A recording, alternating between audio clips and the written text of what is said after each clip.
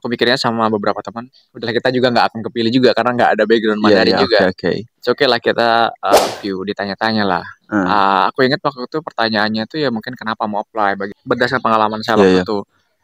Saya mau ke Taiwan, sedangkan saya nggak ada basic Mandarin di sana. Bagaimana di sana? Saya mikir lagi, kalau saya bohong, ya gimana kalau misalkan saya bilang saya ada basic Mandarin, tapi ternyata pas Kiat atau tips untuk apa namanya menjalankan tes atau mengikuti tes untuk apply ke luar negeri gitu. Jangan dibayangkan bahwa semuanya harus bahasa Mandarin. Ya. Kalau mau kita apply atau kita mau belajar ke luar negeri gitu ya misalnya ya.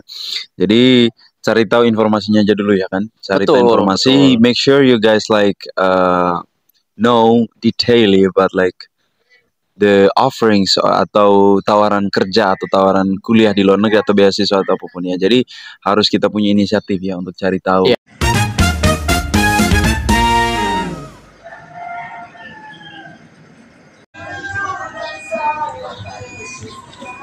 Oke deh, jadi kita lanjut lagi mengenai culture shock itu tadi. Ya, yang pertama itu soal komunikasi tadi ya.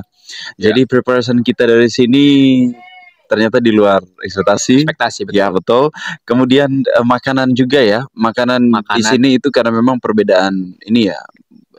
Ya. Cara kita makan ya. Meskipun nggak terlalu signifikan Iya, kalau iya, soal iya. makanan. Selama ini mungkin ini masih aku bisa konsumsi, it's okay. Cuma mungkin karena penggunaan apa ya alat untuk tadi itu kayak sendok dan Oke, gini Dad, itu juga kan khusus untuk yang teman-teman Muslim karena Dedi kan Muslim itu. betul. Apakah di sana itu berlaku juga kayak sertifikat halal gitu nggak sih Dad? Maksudnya dicantumkan di produk makanan atau apapun itu? Karena gini, kalau Indonesia itu kan makanan apapun itu harus ada sertifikat MUI-nya yang logo halal gitu. Apakah di sana juga sama kayak gitu? Sama. Di setauku bahkan di seluruh hampir negara di dunia apabila memang itu ada sertifikat halal itu kan dari yang bersangkutan. Kalau di sini kita mungkin adalah MUI ya. Kalau di sana mungkin adalah majelis ulama mereka sama aja. Mungkin membedakan mungkin logo halalnya. Oke. Di Asia Tenggara mungkin di Thailand dengan sebagainya logo halalnya beda sama dong. Oke, jadi menarik ya teman-teman. Jadi bahwa memang seperti itu. Jadi kalau misalnya teman-teman itu berbelanja gitu di sana nggak usah terlalu mikir gitu. Jangan lupa untuk jangan malas baca aja ya. Jadi betul.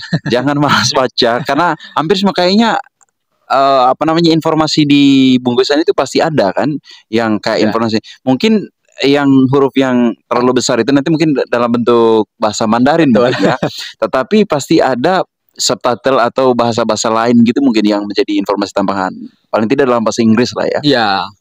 Kalaupun nanti itu full Chinese itu pun kalau yang dibilang concernnya itu memang ini disertifikasi halal atau tidak itu pasti sudah ada.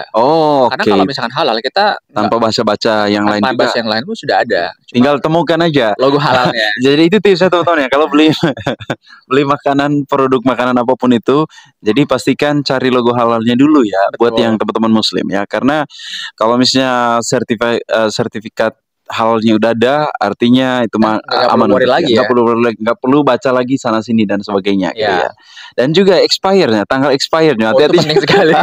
Jangan sampai kita halalnya ada tapi expired. Ya, expiration-nya udah lewat gitu. Iya, betul. Ya. Oke, itu menarik. Ini soal makanan.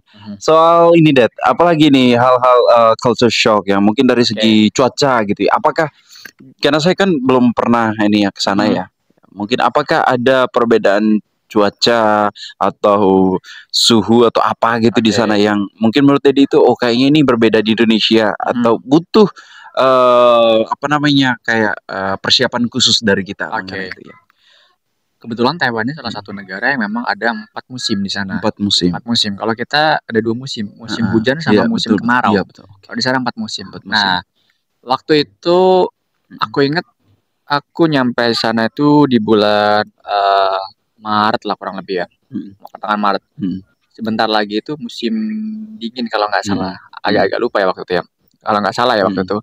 Jadi nyampenya di sana kita yang mungkin di Indonesia tempat-tempat yang dingin tuh mungkin Bandung, Bogor. Karena orang tua saya juga ada di Bogor kan. Jadi ya seberapa sih dinginnya kalau di Bogor gitu kan. Di Batu, kota Batu ya.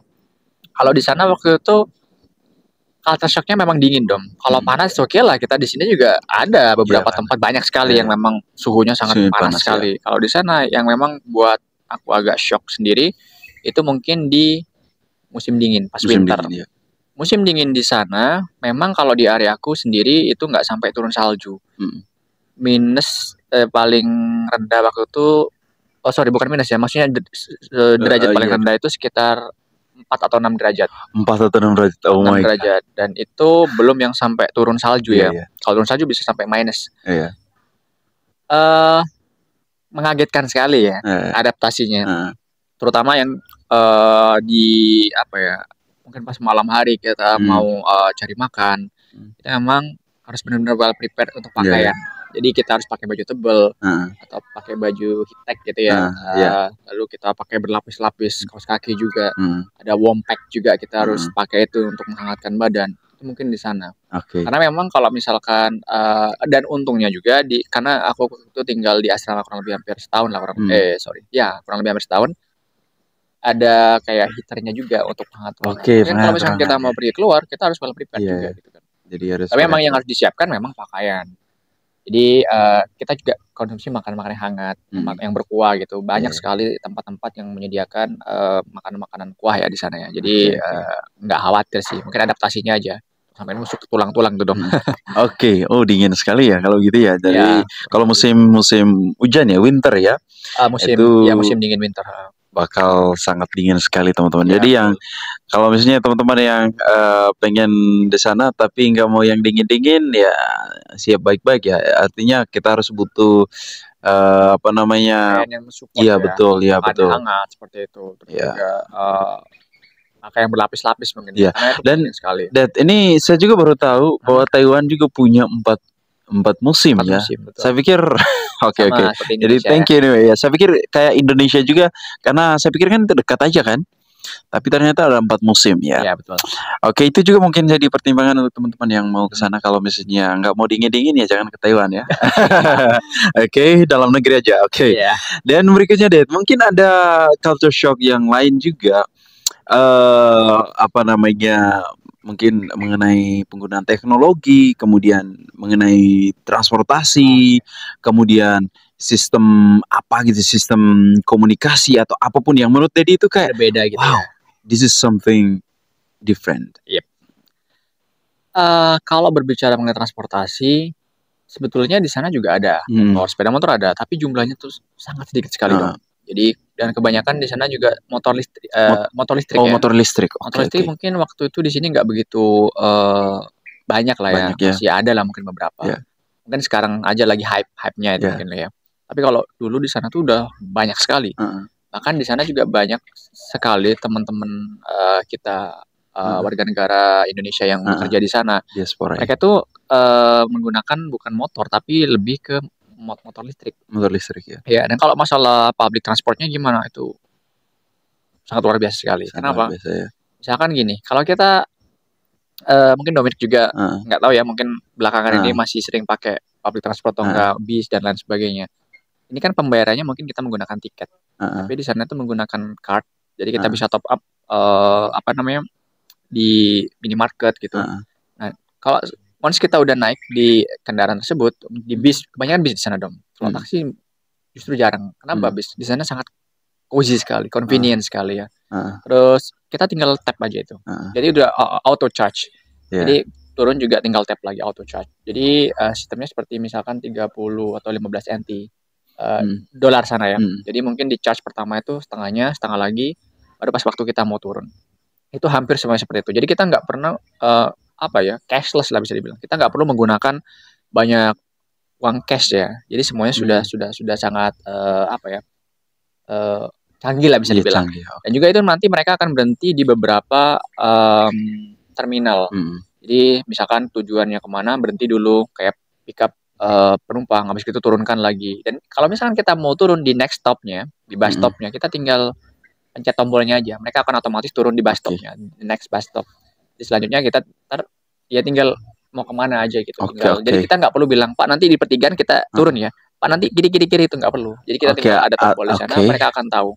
Jadi misalkan sekitar 5 meter lagi kita mau turun, kita tinggal pencet aja tombol. Jadi otomatis mereka akan langsung turun di pemerintahan berikutnya. Jadi itu yang membedakan. Kalau di Indonesia mungkin ada beberapa kayak di Jakarta mungkin ya, tapi kan belum menyeluruh, dan di sana tuh hampir semuanya. Kalau ini ngomongin masalah public transport ya. Kalau teknologi sih ya mungkin 11-12 lah ya seperti Indonesia kan. Kita juga lagi catching up mungkin ya dengan beberapa negara yang sudah maju seperti itu. Oke, luar biasa ya. Jadi itu tadi hal-hal yang hal-hal yang mungkin beda ya. Yang mungkin beda gitu ya.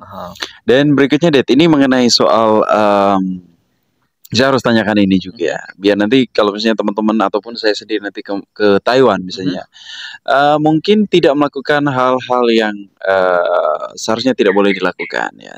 Misalnya nih buang sampah sembarangan gitu ya, atau misalnya merokok di sembarang tempat gitu dan sebagainya. Mungkin ada hal-hal tabu yang menurut Dedi itu harus diperhatikan kalau misalnya kita berkunjung ataupun kuliah ataupun kerja di sana. Hal-hal tabu yang dilarang. Mungkin tadi sebagai contoh yang tadi yang saya sebutkan. Mungkin Dedi bisa sampaikan apakah benar apa yang saya sampaikan itu juga, atau mungkin Dedi mau konfirmasi, atau ada mau cerita hal-hal tabu lain yang kalau ke Taiwan nggak boleh kayak gini loh.